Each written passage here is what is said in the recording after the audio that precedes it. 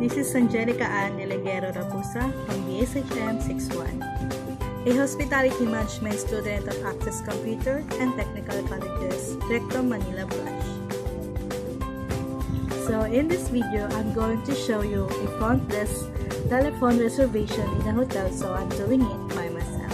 And also, we will discuss the 15 basic tips for taking reservation on phone. So sit back, relax, and learn.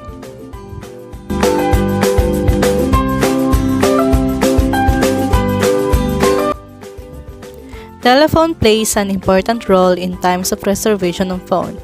Perfect telephone handling ensures efficiency of the reservation agent, which at the same time upholds hotel standard. All the time, you should follow proper telephone manner. So here's the 15 basic tips for taking reservation on phone. Tip number 1. Pick up the phone before 3 rings. Tip number 2.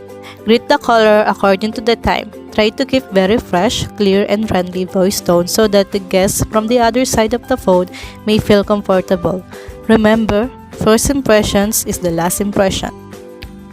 Tip number 3. It is advisable to greet in this way. Good morning, this is Hotel Greenwood. Thank you for calling. How may I help you, sir?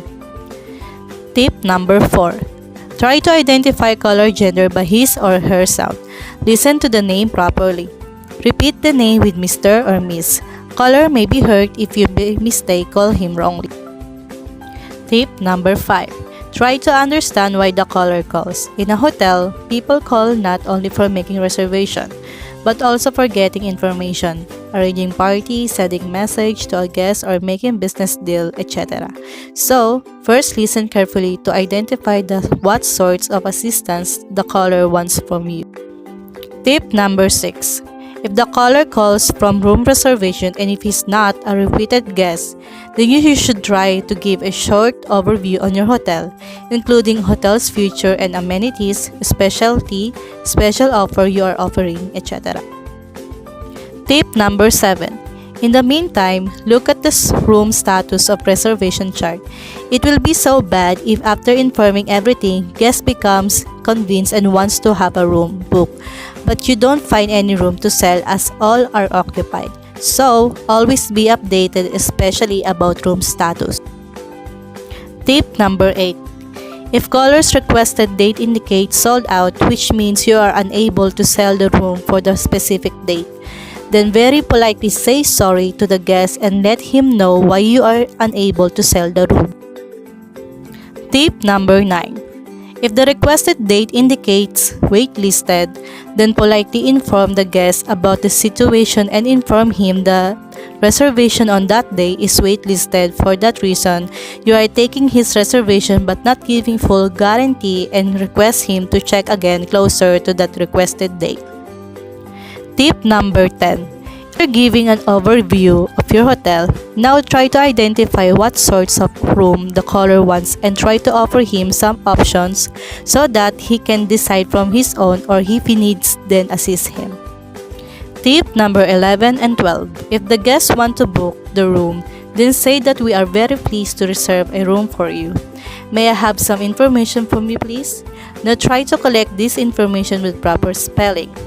Name of the guest, his contact address, room types, room rates, date of arrival, date of departure, date of reservation made, mode of payment, a special remark if any, reservation made by person or company. Tip number 13. Repeat all the information caller gives, and at the same time, give him a reservation confirmation number. Tip number 14. If you have any objection about guest's mode of payment or anything, then inform the guest about your rules and request him to give you another option. And lastly, tip number 15. After settling everything, thanks the caller for his patience in calling you. End up the calls as warmly as your start and try to make him feel that he just have made a perfect decision. So here's my video in taking reservation on phone.